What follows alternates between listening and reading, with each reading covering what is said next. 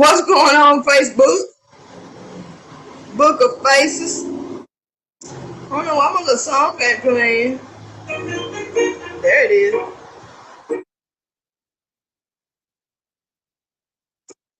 Oh, my phone is it?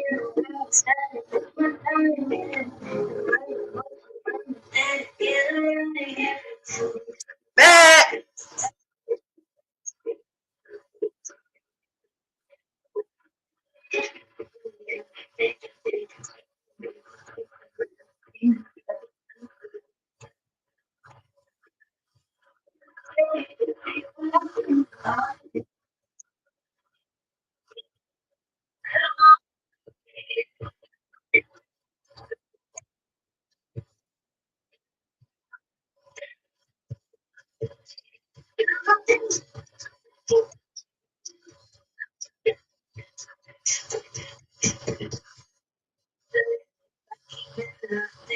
Just making sure I did everything I needed to do before I get started.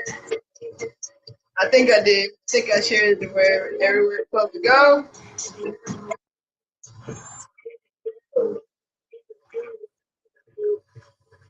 What's going on, Facebook? Schedule time. It's 6 o'clock on the Sunday. Let me shut this door right quick.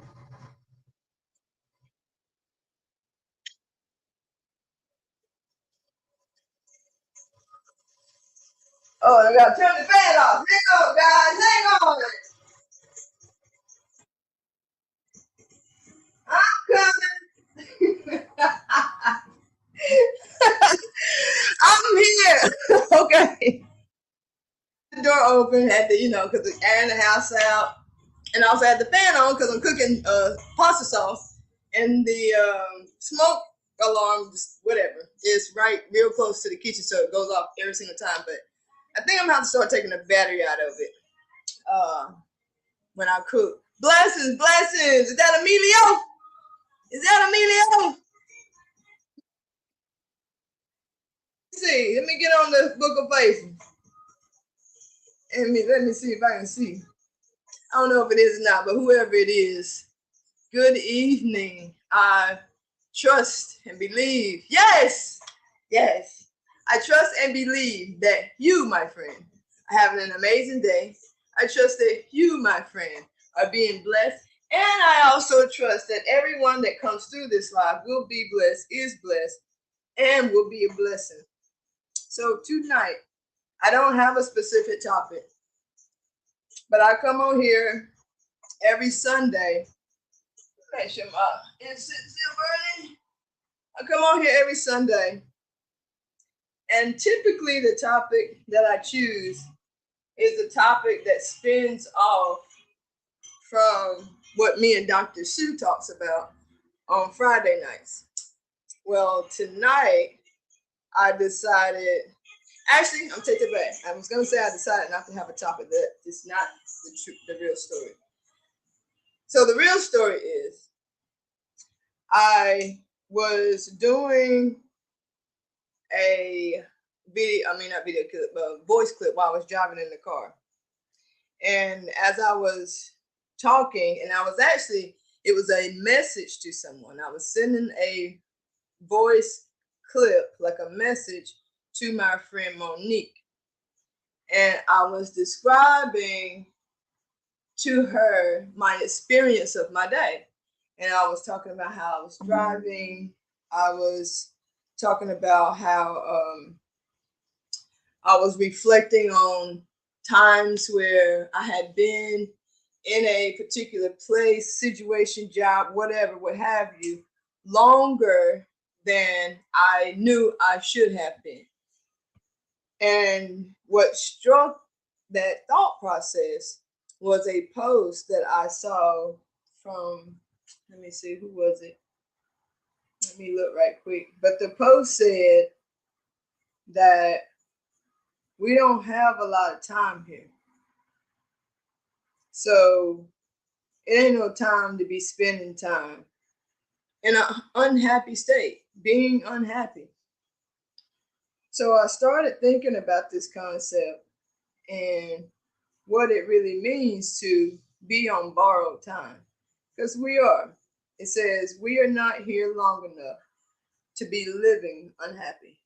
Jada Aaron Fields posted that on her page. It's an unknown source. Is from Soulology site, Facebook page. But I mean, come on. For real, let that sit with you. We are not here long enough to be living unhappy. Daniela, what's going on, sis? You know, we all really do. It's good to see you too. It's always, I love seeing y'all on Facebook. I really do love seeing you on Facebook. And I went through a period to where I didn't want to get on Facebook because I didn't want to see anybody on Facebook because I didn't want to see, and that's what I thought. I thought, and this is not directed towards you, obviously.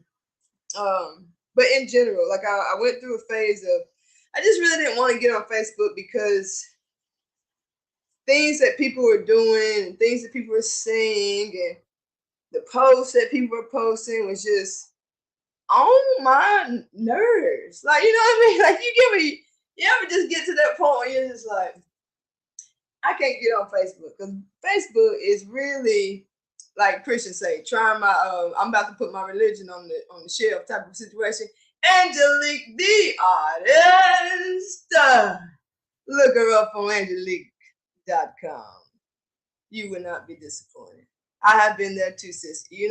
I think we all have been there. Even people who don't have business on social media, you have those moments, even when like your friend, which is broke as a joke, posting on Facebook how they get shopping or they out there eat and they buying all these drinks and they just going on a vacation and you thinking, damn, she owed me $40. Facebook break. You know what I mean? It doesn't matter what your reason is for needing to take a break from the congestion of Facebook.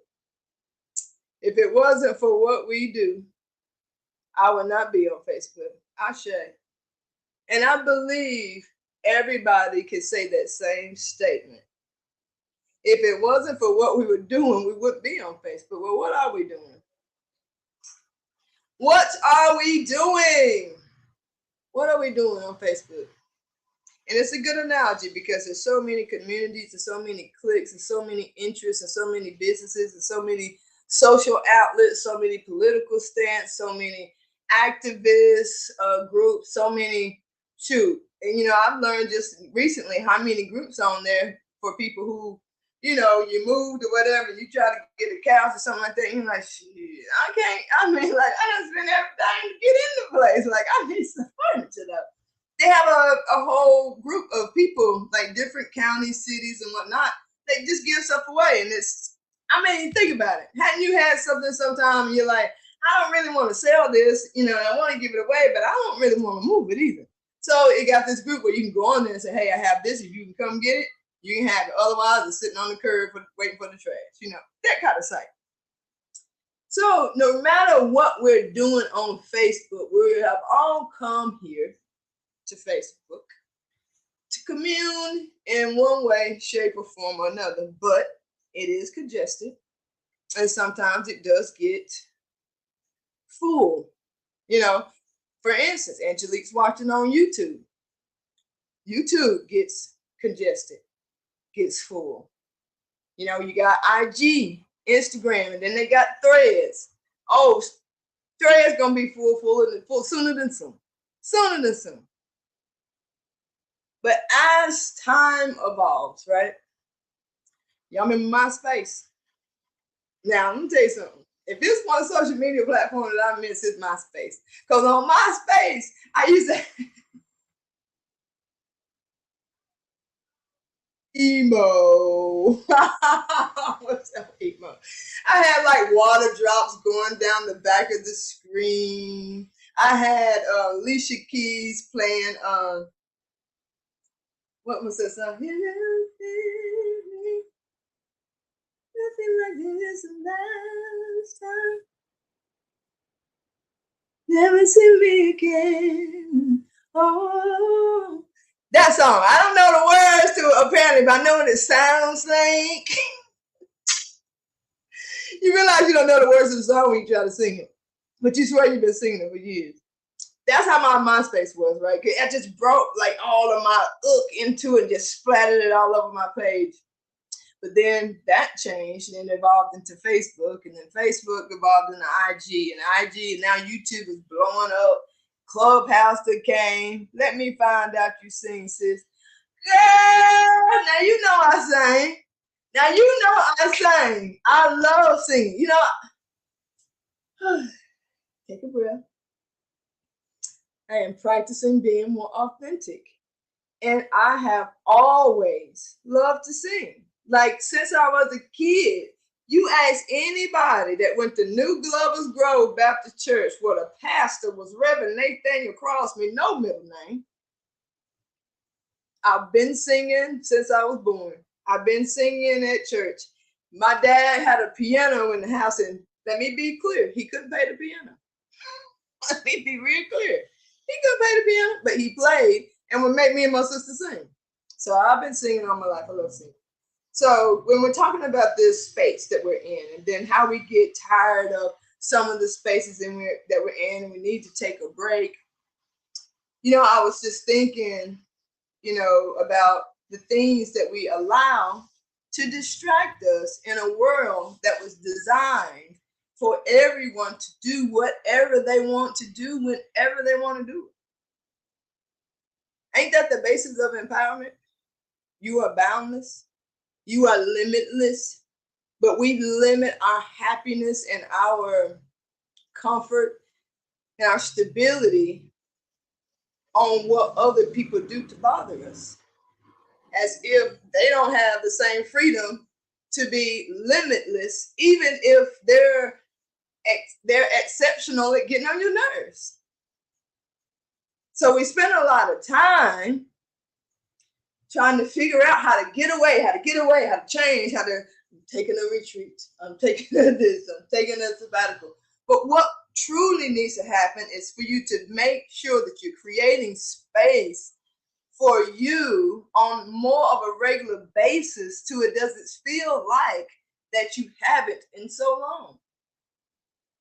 You know, like I got to get back to me. I got to get back to me. I just got to have more me time.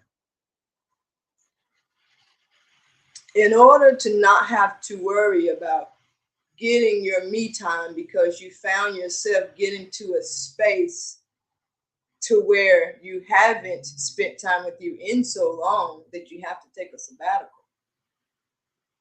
It's good to be on Facebook. It's awesome to be on Facebook, but in a regimented way with a purpose, because there's a community that you're seeking, like a camaraderie that you're seeking. Do you ask yourself when you pick up your phone just nonchalantly, why are you getting on Facebook? Is it because you're just bored?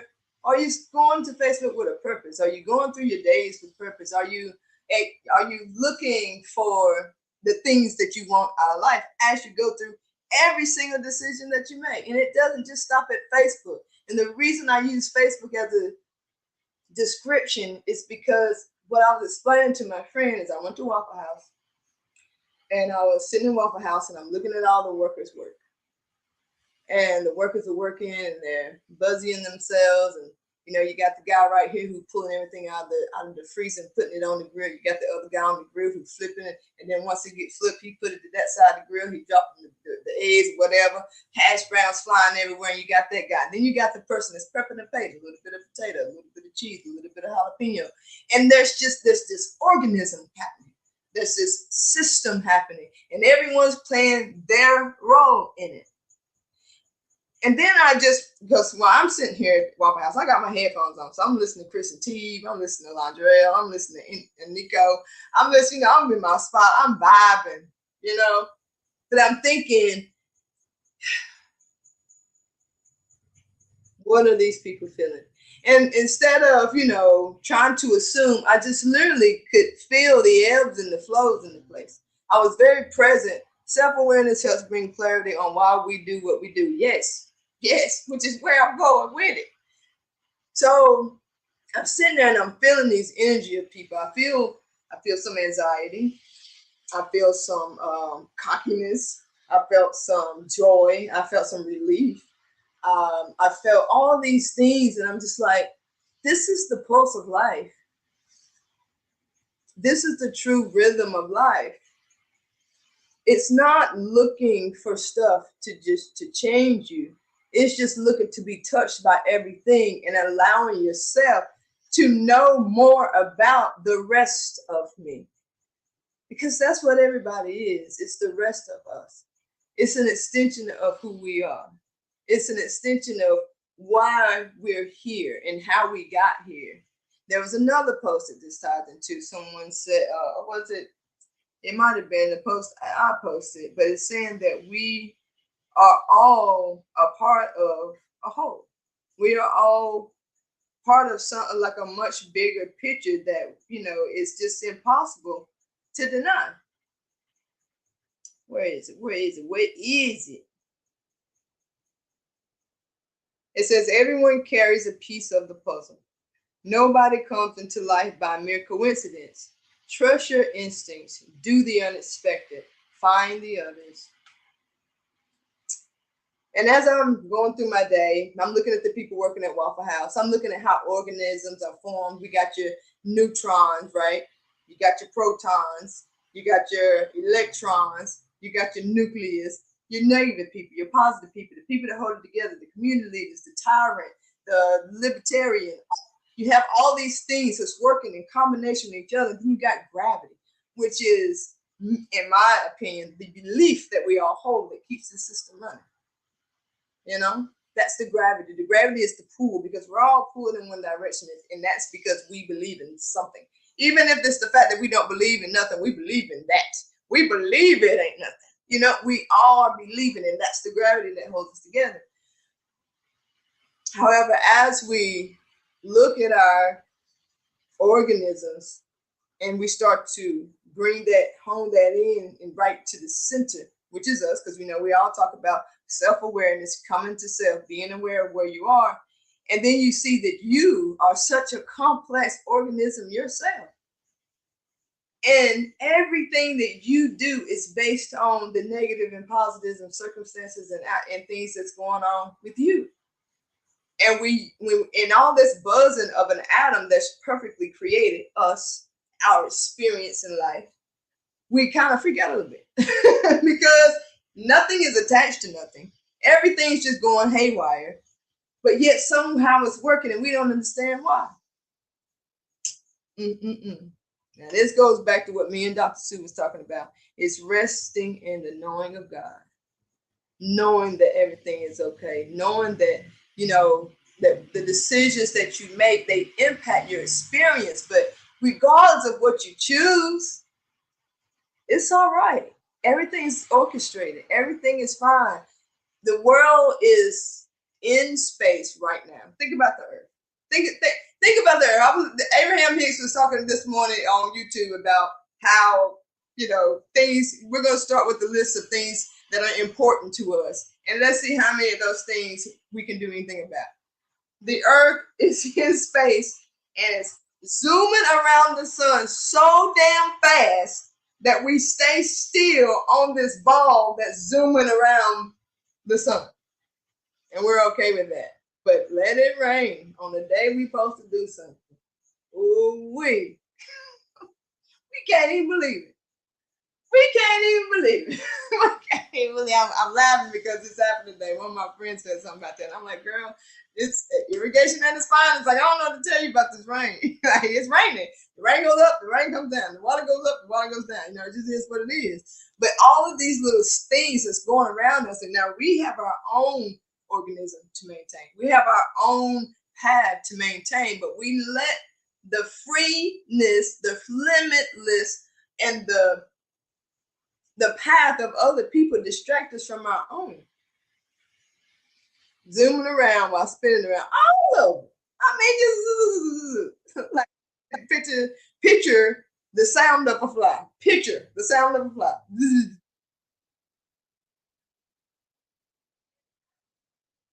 Of course we get distracted. It makes sense. It makes so much sense for us to be so distracted that we have to have a sabbatical or delete certain platforms or take the app off of your phone in order to get some peace of mind. So you can be like, okay, I got to deal with the things zooming around me. And I'm thinking about the things zooming around my cousin and zooming around my kids and zooming around my dog and zooming, all these things. But we got some zoom too. Why don't you dial into your zoom? What is it? Doesn't matter. I just threw some bananas away. That's what it is. I got to sit outside. What is zooming around you? What are some of those things that it may be a thought that you can't let go of? And then reverse engineer it and figure out, how did it get there? Why did that distract you from doing what you're really supposed to be doing? Is that really what you want to be doing? Because if it ain't what you want to be doing, if that thought and the conclusion to that thought is not something you want to perpetrate throughout your life, you do have the power to choose another thought. We think we can just choose outfits or I want to choose my destiny or my purpose. Well, a lot of times the things that get in the way of your destiny and your purpose is your thoughts. What you thinking about most of the time. What you are zoning in on. Now, we started way out here, right? With Facebook. And then we went way out there to Earth and the solar system. And now I've shrank it to you inside, just you, your decision making, and the things that you decide, and your perception of everything, and your definitions of things, the way you live your life, the circumstances that you let distract you, and the situations that you stay in longer than you know you should be there. And then this red hot, like Abraham said, this red hot minute second where you're standing right now does the same thing. Now, if you have never heard the word vibration, picture that. Let's do it again. This is you. And all your decisions that affects everything and everything, right? You, anything you think. Let's go back again. The words you say. The words you say.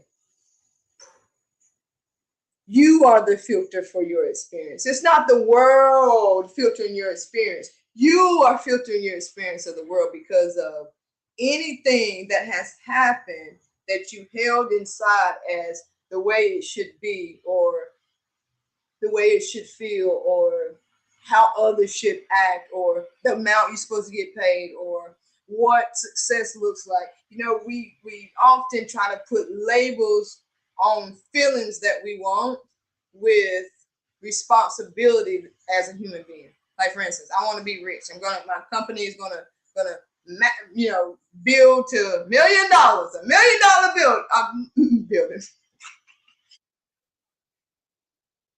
But then, this is for somebody. You're walking down the road and someone want to hand you a flyer, and you too busy in your head thinking about what somebody's going to think about this post you're about to post on Facebook, when you could have grabbed that flyer and looked down at it and saw that they're running a program they're looking for someone who will run a program exactly like the program that you have, because you're so, I call it being an ant. One of my favorite movies is called Waking Life, and this guy, he's going in this door, and it's in a stairwell, and the lady is coming up the stairwell as he's coming in the door to go down the stairwell. And they look at each other, and they make eye contact, and they keep going. And then she runs down the stairs, and she catches him, and she says, I don't want to be an ant. I don't want to be an ant. And he's just kind of like, what? She's like, I don't want to be an ant. We go about our days buzzing and, doing this as we go by, or shaking our head, throwing our chin up, peace out, all this thing. Hey, how you doing? Hey, have you noticed that half the time when you say, hey, how you doing, the only thing the other person says back is, hey, how you doing? And then nobody answers. Hey, how you doing? Hey, how you doing?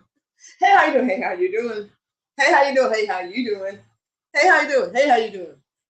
Like, what are we doing? Like, what are we even doing? What is the point?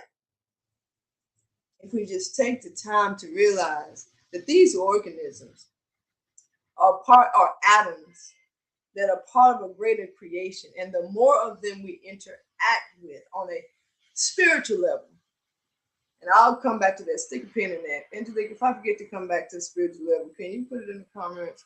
Don't tell them that I'm forgetful. So, on an energetic level, though, there's no one like you, right? We can agree on that. And we get so caught up in the fact that there's no one like me, there's no one like me, there's no one like me, and that's true, because I get caught up in it too. And I, for one, am one of a kind. Okay, there's no one like them. There's no one like her. There's no one like him. These are amazing, unique beings. And my cousin mentioned to me one time, and it was when I was really big in the definitions. Like when I first did the mission statement for ATBA in 2016, I wrote out the mission statement, and then I wrote down the definition. I think it might be in that notebook. I wrote down the definition to each word, even the words like and the and if, which is planting positive seeds of change on a consistent basis. I looked up every single one of those words. Yes, I did. And ATBA originally was going to be, I think it was Community Grove. Yeah. But anyway, I'm reminiscing now. But when you think about just the alignment of the organisms that create this big organism like the earth, and think of the earth as an atom itself that's swirling around the sun. And then you think of the sun that's sitting here like the nucleus of it all, but then there's all this space. And that's what we learn about that atom. It's just mostly space. Do you see where I'm going with this? The biggest explosion that you can do is to split the smallest particle that there is. That's you. That's me. Yes, Angelique, we are all beautifully unique, but we judge so often. And like Sister Tina said, she had to change her definition of judge, because she said at first she felt like it was like, making assumptions about people. I think it's like in a rude way, a derogatory way. But she said, no, we all judge everything. We judge situations. We judge this and we judge that. And when we think about the fact that not only are we doing this, everybody else is doing that for them. Even if you think that someone ain't thinking, or they being stupid, or they, that you don't know the filtering process from which they got to here. And we're all doing that all day. So wouldn't it be very wise to know that everything, and this is for you, this ain't for you to go tell somebody. And I'm gonna put a pin in it. What's this time? 29:05. I'm about to get off here in about 50 seconds. Everything in life is moving, and it's altering and expanding into expansion. And as it expands, the only thing that keeps the continuum is the decisions that we make for ourselves. And that power that we have to make decisions and to create our reality, a lot of times we delegate it out to the circumstances and the distractions that come in our lives, which makes our organism vibrate to a certain way that's more conducive to someone else, but still is uniquely ours, but just influenced by someone else's. So if everything and all the assumptions about life comes from you, because you are, like Angelique beautifully said, we are all beautifully and uniquely made, then wouldn't it be wise to make sure every situation because it's filtered through you, and the decisions that you make filtered through you. And we give back what we give out, right? Be more intentional about them and the distractions. It's not about trying to not be distracted. It's about paying attention to what you really want, what you want to see, who you want to be, where you want to go, and following those little nudges that in those times when you wake up, you're like, oh man, I feel good today. And somebody gonna know who I'm talking about. You say, I think I want to go to the park. Go to the park. Okay? Go to the park. So I guess that's my name. That's the name of my thing today. Like I said, when I came on here, I came on with no topic, no title. And it was because I knew that when I got in here, that when I got on this live, that it would be something that would come up that I felt like I needed to say. And that's what I did. And that's what I'm gonna start doing every Sunday is I want to show up authentically every single day. I want to follow the nudges that come uniquely from me. I want to realize that in every decision that I'm making, it's not something that I've had to practice because even if I practice it, it's still going to be an original moment in that time. Be more intentional, paying attention. Yeah. And I like to pay attention in the moment. And if I have to be present, like, I mean, a lot of people know that, the best lives is when you just flowing free. We all know that. And I want to do that in every moment of my life, but with intention. Like, yeah, I'm not going to just not go to work tomorrow because I'm going to work not because I want to be Miss H&M. I'm going to work because I got a plan and I saw a vision. And I'm excited to see the decisions that I make this vision come to life. I'm excited about that. But I'm not going to let Billy Bob and Julie Jew, who was that? Dr. Sue said, Laura Sue, be the determining factor of how I maneuver. Like if Sandra Sue was here, but baby, I got to bob and weave. That's the kind of energetic moves you got to make, but not like no, I don't want John. Who sung that song? Who sung that song? But then on top of that, I want you to think of the soul aspect. Me and Angelique and my cousin TC, when we started the High Vibe tour, which is the anniversary of High Vibe, the second 2 years ago, just passed. And I was looking at the memories on Facebook. Oh man, one time I just sat there and just cried because it was just so sweet to me and like meant so much to me. And I gotta High Vibe's coming back. It ain't gonna be the same because everything changes and everything evolves. But it's gonna be back. It's gonna be better. I put that on everything. So how do I want to end this? Because I'm getting a lot of feedback in my head. I'm just gonna end this and by saying this. First of all, I want to put a pin in the fact that I will open this private Zoom room up when I get off of here. Angelique, if you want to come by and chit chat, we can chit chat. But anybody else who's on here who has come through, if you want to click the Zoom link, it's in the description somewhere. I like to open up, conversation for anyone who has any questions or anyone who has comments or just want to share what they thought about the conversation. So the link is somewhere around here.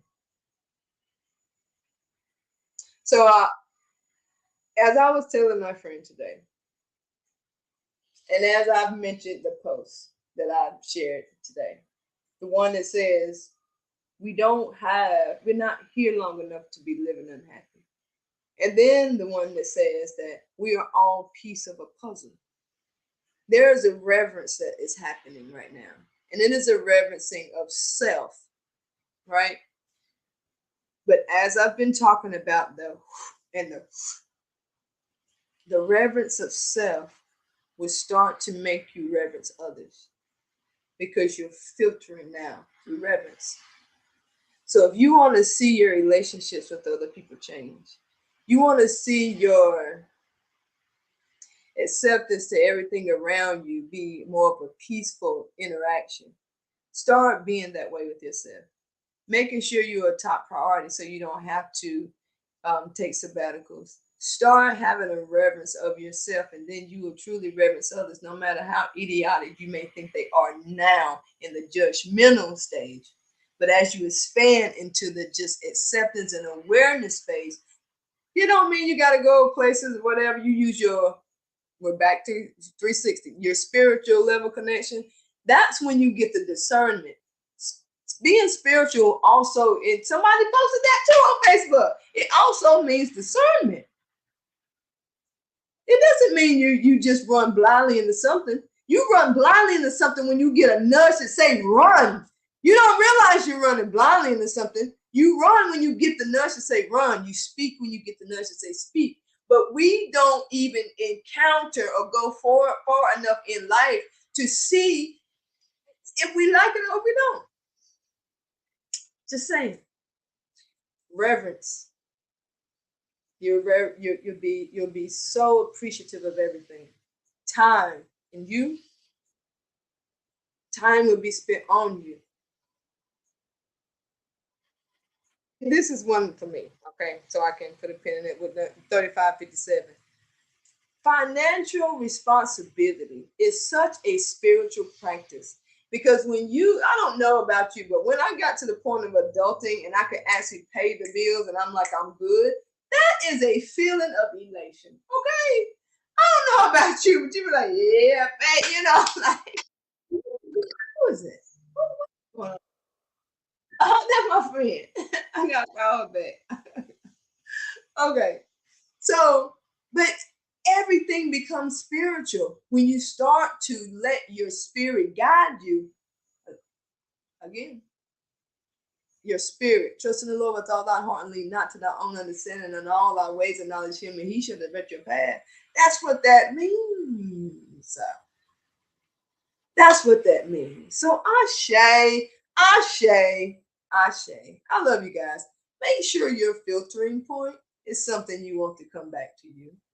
Make sure that the way you see others, make sure you realize that the way you see others is how you see you. Make sure you realize that what goes out comes right back in.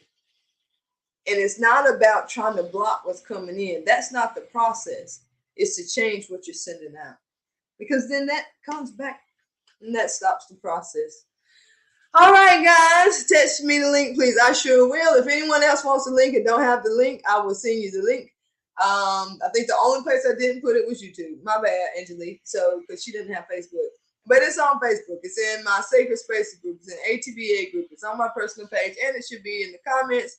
And it should be in the description. So, Angelique, I'm going to have to send it to you. I hope y'all have a great evening. I know you will. I trust you will. And I love you. There ain't nothing you can do about it. All right. Carry on, y'all.